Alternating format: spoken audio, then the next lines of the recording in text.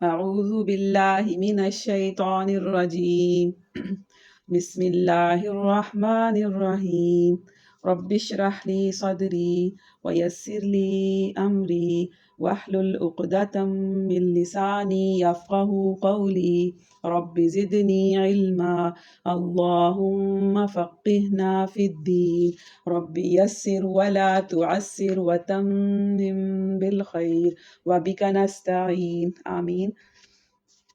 آج ہمارا 13واں پارہ ہے اور ہم سورہ یوسف پڑھ رہے تھے، اور تھوڑا سا 12ویں پارے کے اینڈ سے سٹارٹ کریں گے کہ جہاں پر ان کو حضرت یوسف علیہ السلام کو قید میں ڈال دیا گیا تھا۔ پھر قید خانے میں ان کے ساتھ 2 اور بھی غلام تھے جو وہ بھی داخل ہوئے۔ تو ہوا یہ کہ ان میں سے ایک کو خواب آیا، اس نے کہا کہ میں نے، بلکہ دونوں کو خواب آیا، اس میں سے دونوں نے آ کے نا ان کو بتایا کہ میں نے خواب دیکھا ہے کہ میں شراب کشید کر رہا ہوں، یعنی شراب نکال رہا ہوں۔ دوسرے نے کہا کہ میں نے دیکھا کہ میرے سر پر روٹیاں رکھی ہیں اور پرندے ان کو کھا رہے ہیں۔ اب دونوں نے حضرت یوسف سے کہا کہ آپ ہمیں بڑے نیک آدمی لگتے ہیں، لہٰذا آپ ہمیں اس کی تعبیر بتائیے۔ حضرت یوسف نے کہا کہ ٹھیک ہے، جو کھانا ہمیں یہاں ملتا ہے نا جیل میں، اس کھانے کے آنے سے پہلے میں تمہیں ان خوابوں کی تعبیر بتا دوں گا۔ پھر ساتھ انہوں نے تبلیغ بھی کی، انہوں نے کہا کہ یہ ان علوم میں سے ہے جو میرے رب نے مجھے عطا کیے ہیں۔ پھر انہوں نے ان کو باقاعدہ دین کی تبلیغ کی، اللہ پر ایمان لانے کی، آخرت پر ایمان لانے کی، اپنے بزرگوں کا بتایا، ابراہیم، اسحاق، یعقوب کا طریقہ اختیار کرنے کی دعوت دی، ٹھیک ہے، اور شرک سے باز آنے کے لیے کہا۔ اور پھر اس کے بعد انہوں نے کہا کہ اے زندان کے ساتھیوں، یعنی جیل کے ساتھیوں، تمہارے خواب کی تعبیر یہ ہے کہ تم میں سے ایک تو اپنے رب یعنی شاہ مصر کو شراب پلائے گا، یعنی اس کی نوکری جو ہے وہ بحال ہو جائے گی، وہ جو کام پہلے کرتا تھا وہی کرنے لگ جائے گا، لیکن جو دوسرا ہے نا اس کو سولی پر چڑھا دیا جائے گا، یعنی اس کو پھانسی دے دی جائے گی، پھر اس کا اور پرندے اس کا سر نوچ نوچ کر کھائیں گے۔ یہ خواب کی تعبیر ہو گئی۔ پھر ان میں سے جن کے بارے میں حضرت یوسف کو یہ خیال تھا نا کہ وہ رہا ہو جائے گا، تو یوسف علیہ السلام نے اسے کہا کہ جب تم شاہ مصر کے پاس جاؤ گے نا تو میرا ذکر کرنا۔ مگر شیطان نے اسے ایسا غفلت میں ڈالا کہ وہ اپنے رب یعنی شاہ مصر سے اس کا ذکر کرنا بھول گیا، اور یوسف علیہ السلام کئی سال تک پھر قید خانے میں پڑے رہے۔ اللہ کی مرضی یہی تھی نا کہ وہ بھی قید خانے میں ہی رہیں، تو وہ قید خانے میں پڑے رہے۔ پھر یہ ہوا کہ ایک روز بادشاہ نے کہا کہ میں نے خواب میں دیکھا ہے کہ 7 موٹی گائیں ہیں جن کو 7 دبلی گائیں کھا رہی ہیں، اور اناج کی 7 بالیں ہری ہیں اور دوسری 7 سوکھی ہیں۔ اے اہل دربار، مجھے اس خواب کی تعبیر بتاؤ اگر تم خوابوں کا مطلب سمجھتے ہو۔ تو انہوں نے جب لوگوں سارے جو تھے نا جتنے بھی ان کے دربار میں خوابوں کی تعبیر جاننے والے لوگ تھے، وہ سارے اکٹھے ہوئے، بڑی سوچ بچار کی، لیکن کسی کو بھی مطلب سمجھ میں نہ آیا۔ تو ان جو قیدیوں میں سے جو قیدی بچ گیا تھا نا، اس کو یاد آ گیا، اس نے کہا کہ میں نے تو حضرت یوسف سے پوچھا تھا، تو میں ان کو بتاتا ہوں۔ پھر انہوں نے کہا کہ مجھے ذرا قید خانے میں یوسف کے پاس بھیج دیجیے۔ اس نے جا کر کہا، یوسف اے سراپا راستی، مجھے اس خواب کا مطلب بتا کہ 7 موٹی گائیں ہیں جن کو 7 دبلی گائیں کھا رہی ہیں، اور 7 بالیں ہری ہیں اور 7 سوکھی ہیں، شاید کہ میں ان لوگوں کے پاس واپس جاؤں، شاید کہ وہ جان لیں۔ یوسف علیہ السلام نے اس کی تعبیر بتائی کہ 7 برس تک تم لگاتار کھیتی باڑی کرتے رہو گے، اس دوران میں جو فصلیں تم کاٹو ان میں سے بس تھوڑا سا حصہ جو تمہاری خوراک کے کام آئے نکالو، اور باقی کو اس کی بالوں میں ہی رہنے دو۔ پھر 7 برس بہت سخت آئیں گے، اس زمانے میں وہ سب غلہ کھا لیا جائے گا جو تم اس وقت کے لیے جمع کرو گے، اور اگر کچھ بچے گا تو بس وہی جو تم نے محفوظ کر رکھا ہو۔ اس کے بعد پھر 1 سال آئے گا جس میں باران رحمت یعنی بارش ہوگی اور لوگوں کی فریاد رسی کی جائے گی اور وہ رس نچوڑیں گے، یعنی ان کو پھر بہت زیادہ ہریالی اور خوشحالی ملے گی۔ یعنی 7 برس قحط کے آئیں گے اور 7 برس اچھے ہوں گے، 7 برس قحط کے آئیں گے، پھر 1 سال آئے گا جس میں خوشحالی کا سال ہوگا۔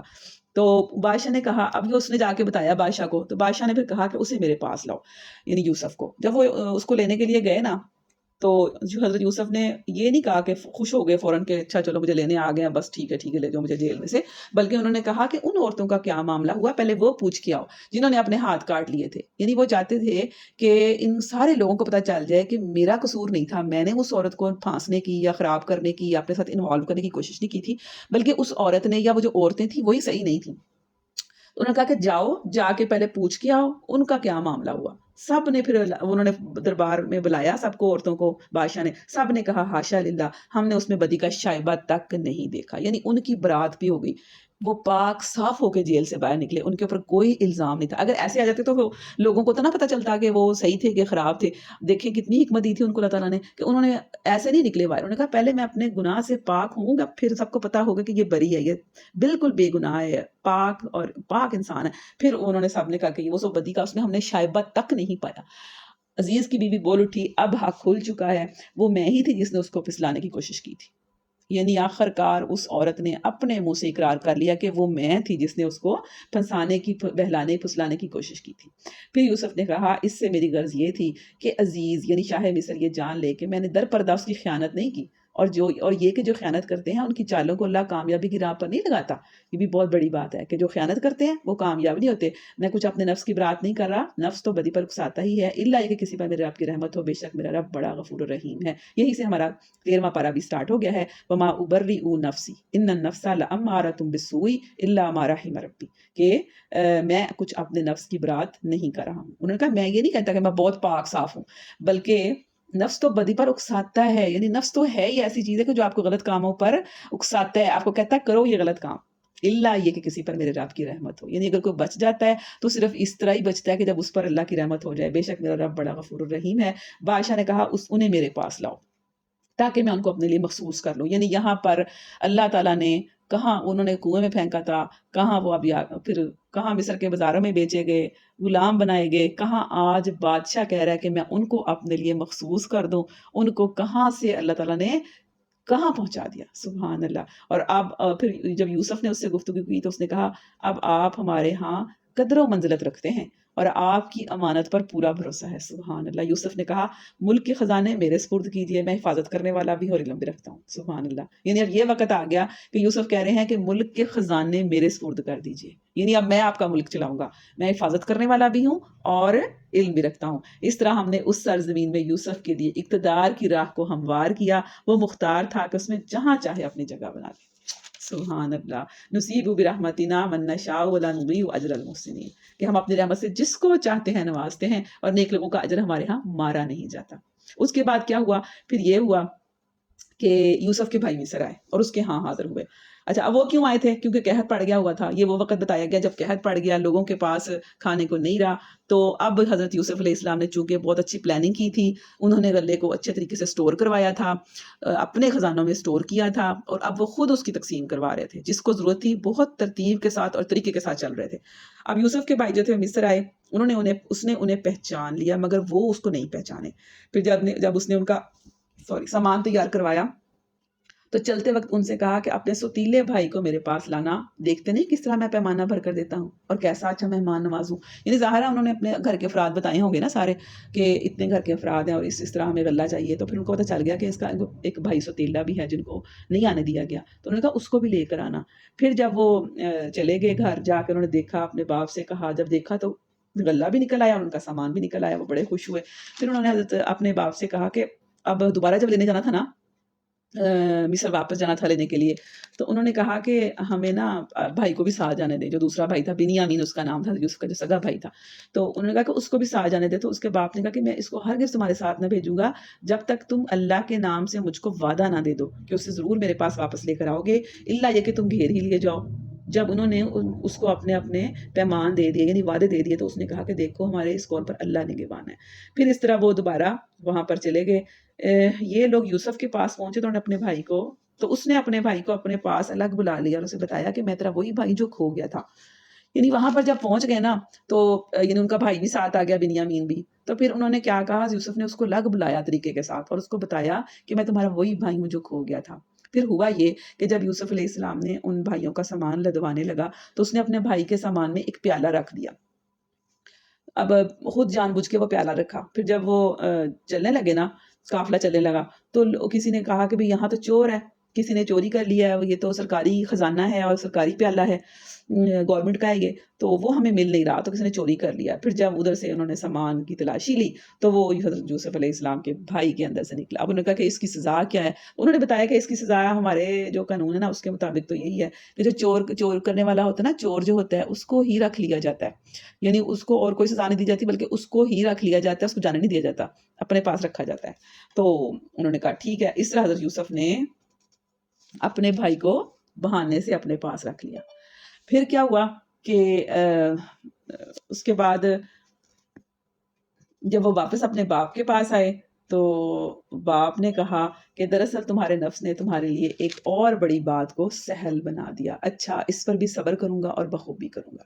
کیا بعید کہ اللہ ان سب کو مجھ سے لا ملائے، وہ سب کچھ جانتا ہے اور اس کے سب کام حکمت پر مبنی ہے۔ پھر وہ ان کی طرف سے منہ پھیر کر بیٹھ گیا اور کہنے لگا، ہائے یوسف! وہ دل ہی دل میں غم سے گھٹا جا رہا تھا اور اس کی آنکھیں سفید پڑ گئی تھی، یعنی رو رو کے ان کی آنکھیں جو تھی نا وہ بالکل سفید ہو گئی تھی، اندھے ہو گئے تھے، ان کو دکھتا نہیں تھا۔ پھر بیٹوں نے کہا کہ خدا را آپ تو بس یوسف ہی کو یاد کیے جاتے ہیں، نوبت یہ آ گئی ہے کہ اس کے غم میں اپنے آپ کو گلا دیں گے یا اپنی جان ہلاک کر دیں گے۔ اس نے کہا، میں اپنی پریشانی اور غم کی فریاد اللہ کے سوا کسی سے نہیں کرتا، اور اللہ سے جیسا میں واقف ہوں تم نہیں ہو۔ قال انما اشکو بثی وحزنی الی اللہ، یہ بہت پیاری دعا ہے کہ انما اشکو بثی وحزنی الی اللہ، کہ میں اپنے غم اور اپنی پریشانی کی فریاد صرف اللہ سے کرتا ہوں، اس کے سوا کسی سے نہیں کرتا۔ پھر انہوں نے کہا کہ یوسف اور اس کے بھائی کی کچھ ٹو لگاؤ، اللہ کی رحمت سے نا امید نہ ہو، اس کی رحمت سے تو بس کافر ہی مایوس ہوا کرتے ہیں۔ پھر جب یہ لوگ مصر جا کر یوسف کی پیشی میں داخل ہوئے تو انہوں نے عرض کیا کہ اے سردار با اقتدار، ہم اور ہمارے اہل خانہ سخت مصیبت میں مبتلا ہیں، ہم کچھ حقیر سی پونجی یعنی تھوڑا سا ہم سرمایہ لائے ہیں، آپ ہمیں بھرپور غلہ عنایت فرمائے اور ہم کو خیرات دیں، اللہ خیرات دینے والوں کو جزا دیتا ہے۔ یہ سن کر یوسف سے رہا نہ گیا، اس نے کہا تمہیں کچھ معلوم بھی ہے کہ تم نے یوسف اور اس کے بھائی کے ساتھ کیا کیا تھا، یوسف اور اس کے بھائی کے ساتھ کیا کیا تھا جبکہ تم نادان تھے؟ وہ چونک کر بولے، ہائے کیا تم یوسف ہو؟ اس نے کہا، ہاں میں یوسف ہوں اور یہ میرا بھائی ہے، اللہ نے ہم پر احسان فرمایا۔ حقیقت یہ ہے کہ اگر کوئی تقوی اور صبر سے کام لے تو اللہ کے ہاں ایسے نیک لوگوں کا اجر مارا نہیں جاتا۔ پھر اس کے بعد انہوں نے کیا کیا کہ باخدا انہوں نے کہا کہ تم کو اللہ نے ہم پر فضیلت بخشی اور واقعی ہم خطا کار تھے۔ اس دن انہوں نے اپنی خطا کا اعتراف کر لیا۔ پھر اس نے کہا، آج تم پر کوئی گرفت نہیں ہے، اللہ تمہیں معاف کرے، وہ سب سے بڑھ کر رحم فرمانے والا۔ کتنا اللہ تعالیٰ نے ان کو صبر، کتنا ان کو جگرا، کتنا ان کو ظرف دیا تھا کہ انہوں نے ان کو معاف کر دیا، حالانکہ وہ جیسی مرضی سزا ان کو دے سکتے تھے کہ وہ تو وہاں کے اقتدار تھا ان کے پاس، وہ تو وہاں کے بادشاہ تھے۔ جاؤ میری یہ قمیض لے جاؤ اور میرے والد کے منہ پر ڈال دینا، وہ اس کی بنائی وہ اور ان کی بنائی پلٹ آئے گی، اور اپنے سب اہل و عیال کو میرے پاس لے کر آؤ۔ پھر کہا کہ جاؤ یہ قمیض لے جاؤ اور اس کو میرے باپ کے آنکھوں پر ڈالو گے تو ان کا جو ہے نا، ان کی جو بنائی ہے، دیکھنے کی جو صلاحیت ہے وہ واپس آ جائے گی، اور اپنے سب اہل ویال کو میرے پاس لے آؤ۔ جب یہ قافلہ مصر سے روانہ ہوا تو ان کے باپ نے کنعان میں بڑا فاصلہ تھا، کہا کہ میں یوسف کی خوشبو محسوس کر رہا ہوں، تم لوگ کہیں یہ نہ کہنے لگو کہ میں بڑھاپے میں سٹھیا گیا ہوں۔ گھر کے لوگ بولے، خدا کی قسم آپ ابھی تک اپنے اسی پرانے خبت میں پڑے ہوئے ہیں۔ پھر جب خوشخبری لانے والا لایا تو اس نے یوسف کی قمیض یعقوب کے منہ پر ڈال دی اور یکایک ان کی بنائی عود آئی۔ تب اس نے کہا، میں تم سے نہ کہتا تھا کہ میں اللہ کی طرف سے جو کچھ جانتا ہوں وہ تم نہیں جانتے؟ سب بول اٹھے، ابا جان آپ ہمارے گناہوں کی بخشش کے لیے دعا کریں، واقعی ہم خطا کار تھے۔ اس نے کہا، میں اپنے رب سے تمہارے لیے معافی کی درخواست کروں گا، وہ بڑا معاف کرنے والا رحیم ہے۔ پھر جب یہ لوگ یوسف کے پاس پہنچے تو اس نے اپنے والدین کو اپنے ساتھ بٹھا لیا اور سب کو والوں سے کہا کہ چلو اب شہر میں چلو، اللہ نے چاہا تو امن اور چین سے رہو گے۔ شہر میں داخل ہونے کے بعد اس نے اپنے والدین کو اٹھا کر اپنے پاس تخت پر بٹھایا اور سب اس کے آگے بے اختیار سجدے میں جھک گئے۔ یوسف نے کہا، ابا جان یہ تعبیر ہے میرے اس خواب کی جو میں نے پہلے دیکھا تھا، میرے رب نے اسے حقیقت بنا دیا۔ یہ وہ خواب تھا جو انہوں نے دیکھا تھا جب وہ چھوٹے سے تھے، اس کا احسان یہ ہے کہ اس نے مجھے قید خانے سے نکالا اور آپ لوگوں کو صحرا سے لا کر مجھ سے ملایا، حالانکہ شیطان میرے اور میرے بھائیوں کے درمیان فساد ڈال چکا تھا۔ یہ شیطان کا کام ہے کہ وہ بھائیوں کو آپس میں لڑوا دیتا ہے۔ واقعہ یہ ہے کہ میرا رب غیر محسوس تدبیروں سے اپنی مشیت پوری کرتا ہے، یعنی انسان کو محسوس نہیں ہوتا، اور اللہ تعالیٰ کہاں سے کہاں اپنا جو اس کا ہوتا ہے نا مرضی، جو اس کی مشیت ہوتی ہے وہ کر کے چھوڑتا ہے۔ اے میرے رب تو نے مجھے حکومت بخشی اور مجھ کو باتوں کی تہہ تک پہنچنا سکھایا، زمین و آسمان کے بنانے والے تو ہی دنیا اور آخرت میں میرا سرپرست ہے، میرا خاتمہ اسلام پر کر اور انجام کار مجھے صالحین کے ساتھ ملا۔ یہ بہت پیاری دعا ہے۔ فاطر السماوات والارض انت ولی فی الدنیا والآخرہ توفانی مسلما والحقنی بالصالحین، آمین۔ اور یہ تھا پھر قصہ، یعنی اس میں اتنے زیادہ سبق ہے نا، کچھ میں آپ کے سامنے رکھ دیتی ہوں کیونکہ تفصیل کے ساتھ تو ہم اس میں سے ٹائم ہی نہیں ہے۔ اس میں سے ایک سب سے پہلا سبق یہ ہے کہ خواب جو ہے نا وہ ہر کسی کو نہیں سنانا چاہیے۔ جب بھی خواب آئے نا، برا آئے اچھا آئے، اس کو اپنے تک محدود رکھیں۔ اگر برا ہو تو صدقہ کریں، نفل پڑھیں، توبہ استغفار پڑھیں، ٹھیک ہے، اللہ سے دعائیں کریں کہ اللہ اس کے شر سے مجھے بچائے۔ دوسری بات یہ ہے کہ اپنی جوانی کی حفاظت کریں، جس طرح حضرت یوسف نے اپنی جوانی کی حفاظت کی. خوبصورت تھے، جوان تھے، گناہ کا موقع ملا تھا لیکن نہیں کیا. یہ والا سبق بھی ملتا ہے. اور اس کے بعد یہ کہ جب موقع ملے اللہ تعالیٰ کی دین کی تبلیغ بھی کریں. اور پھر یہ بھی کہ برائیوں سے اپنے آپ کو بچانے کے لیے اگر آپ کو ایسی جگہ سے اپنے آپ کو الگ کرنا پڑے، تنہا بھی ہونا پڑے، اپنے دوست بھی چھوڑنے پڑ جائیں. دوستوں کی محفل چھوڑنا اتنا آسان نہیں ہوتا، لیکن اگر آپ کے دوست اچھے نہ ہوں اور آپ کو برائی کی طرف لے کر جا رہے ہوں تو اگر ایسے دوست بھی چھوڑنے پڑ جائیں، جیسے حضرت یوسف علیہ السلام نے اپنے آپ کو قید میں ڈلوا دیا تھا تاکہ میں ان برے لوگوں کی برائی سے بچ جاؤں، ان کے اثر سے، ماحول سے نکل جاؤں، کیونکہ یہ لوگ مجھے ہر وقت برائی پر آمادہ کر رہے ہیں. تو اگر ایسا موقع آئے تو کیا کرنا چاہیے؟ ایسے لوگوں کو چھوڑ دینا چاہیے، بھلے آپ کو لگے جیسے آپ تنہا ہو گئے ہیں، ٹھیک ہے نا، پھر بھی چھوڑ دینا چاہیے. پھر ایک اور بات بڑی اچھی سمجھ میں آتی ہے کہ اچھے اور دیانتدار لوگوں کو حکومت کی باغ دوڑ سنبھالنے کے لیے آگے آنا چاہیے. ہم لوگ سمجھتے ہیں کہ شاید حکومت کرنا صرف لا دین اور ایسے لوگوں کا کام ہے کہ جن کا دین سے کوئی تعلق نہ ہو. کوئی جس کا دین سے تعلق ہو، ہم سمجھتے ہیں اگر اس نے سیاست کا نام لے لیا تو بہت بڑا اس نے گناہ کر لیا. دیکھیے اگر ایسی بات ہوتی، حضرت یوسف علیہ السلام اپنے منہ سے کہتے کہ مجھے 2 باغ دوڑے حکومت کی، میں چلاؤں اس کو، میں جانتا بھی ہوں، میں دیانتدار بھی ہوں، ٹھیک ہے نا. سب سے اچھا کون چلا سکتا ہے کسی چیز کو، کسی مملکت کو؟ ایک اسلامی ہی چلا سکتا ہے، ایک دیانتدار ہی چلا سکتا ہے، ٹھیک ہے. یہ بات بھی ہمیں سمجھنی چاہیے، کیونکہ ہم لوگ بہت سارے لوگ سمجھتے ہیں کہ شاید سیاست جو ہے وہ دین سے الگ چیز ہے. سیاست دین سے الگ ہوتی تو نبی اکرم صلی اللہ علیہ وسلم مدینہ کی ریاست کے سردار کبھی نہ بنتے، اس کے حکمران کبھی بھی نہ بنتے. اس کے بعد ہم دیکھتے ہیں کہ جو حسد ہے نا، ہاں، جو حاسد ہے نا، وہ اگر حسد کرتا ہے تو اور اس کے لیے آپ کو نیچا دکھانے کی کوشش کرتا ہے، آپ کے خلاف سازشیں کرتا ہے، لیکن اگر اللہ تعالیٰ آپ کو اس شر سے بچا لینا تو کوئی بھی بگاڑ نہیں سکتا. اور کوئی نیچا دکھانا چاہے تو، لیکن اللہ آپ کو بلندی دینا چاہے تو پھر کوئی آپ کو نیچا نہیں دکھا سکتا. اور یہ کہ صبر اور تقویٰ بہت ضروری ہے. ہم یہ نہ سمجھیں کہ ہاں اس نے حسد کیا، اس نے مجھے نقصان پہنچا دیا. ہم اپنا رویہ بھی دیکھیں کہ کیا ہم اللہ سے ڈرتے ہوئے معاملہ کرتے ہیں اس کے ساتھ اور صبر کرتے ہیں. اور پھر یہ کہ دوسروں کو کے ساتھ حسد کرنے سے ہی بچنا چاہیے، کیونکہ جب انسان حسد کرنے لگ جاتا ہے تو پھر وہ کیا کرتا ہے، وہ غلط کی طرف چلا جاتا ہے، وہ قتل تک کے گناہ کی طرف بھی چلا جاتا ہے، کیونکہ پہلا قتل بھی حسد کی وجہ سے ہی ہوا. اس کے بعد ہم دیکھتے ہیں کہ جس کو اللہ عزت دینا چاہتا ہے اسے کوئی ذلیل اور رسوا نہیں کر سکتا. اور پھر یہ بھی کہ دوسروں کی غلطیوں کو معاف کرنا چاہیے، جیسا حضرت یوسف علیہ السلام نے ان کی اتنی بڑی غلطی بلکہ گناہ کو معاف کر دیا. اس کے بعد ہم دیکھتے ہیں سورہ رات سٹارٹ ہو گئی ہے، تو سورہ رات کے اہم ٹاپکس دیکھ لیتے ہیں جلدی جلدی سے. ہاں جی، اس میں سورج اور چاند کو ایک قانون کا پابند بتایا گیا ہے، ٹھیک ہے، بنایا گیا. اللہ تعالیٰ نے سورج اور چاند کو ایک قانون دیا ہے. ایسے نہیں ہے وہ کہ جب جس کا دل چاہے. ہم دیکھیں نا، سورج کا بھی ایک طریقہ ہے، چاند کا بھی ایک طریقہ ہے، آنے کا، جانے کا، نکلنے کا، کم ہونے کا، زیادہ ہونے کا. پھر اس کے بعد پہاڑوں کے بارے میں بتایا کہ پہاڑوں کو ایسے کیلوں کی طرح گاڑا ہوا ہے زمین میں. یہ جو بڑے بڑے ہمیں پہاڑ نظر آتے ہیں نا، یہ اللہ نے زمین کو بیلنس کرنے کے لیے، ان کو روکنے کے لیے، اس کو ہموار کرنے کے لیے، لوگوں کے لیے آسان کرنے کے لیے اس کو گاڑ دیا ہوا ہے. پھر پھلوں کے جوڑے بنائے ہیں، یعنی جیسے انسانوں کے جوڑے ہوتے ہیں نر اور مادہ، اسی طرح پھلوں کے بھی جوڑے ہوتے ہیں نر اور مادہ. اور یہ بات باقاعدہ سائنس نے پروف کی ہوئی ہے کہ جو پھل ہوتے ہیں یا پھول ہوتے ہیں باقاعدہ اس کا ایک نر ہوتا ہے اور اس کا ایک مادہ ہوتا ہے. اور پھر دن اور رات، یہ بھی بہت بڑی نشانی ہے جو دن اور رات کی نشانی ہے. ہم ہر روز دیکھتے ہیں کیسے دن ہوتا ہے اور پھر اس کے اوپر رات جو ہے وہ طاری ہو جاتی ہے، اس کے اوپر چھا جاتی ہے، دن کا اجالا رات کی اندھیری میں بدل جاتا ہے. پھر اس کے بعد ہم دیکھتے ہیں کہ اللہ تعالیٰ نے فرمایا کہ زمین کے اللہ تعالیٰ نے الگ الگ خطے بنائے ہیں. کوئی کیسا ہے، کسی کی مٹی کیسی ہے، کسی کی کالی سی مٹی ہو، کسی کا پیلی سی ہوگی، کسی کی سرخ ہوگی، الگ الگ ہے. اور پھر اللہ تعالیٰ نے اسی زمین میں سے مختلف پھل جو ہیں وہ پیدا کیے. اب دیکھیں ایک جیسی زمین ہی ہوتی ہے نا. اب ہم دیکھیں ہم نے اگر کوئی پودے اپنے لان میں لگائے ہوں تو ہم دیکھیں کہ اس میں ایک ہی زمین ہے اور اس میں طرح طرح کے پھل ہیں.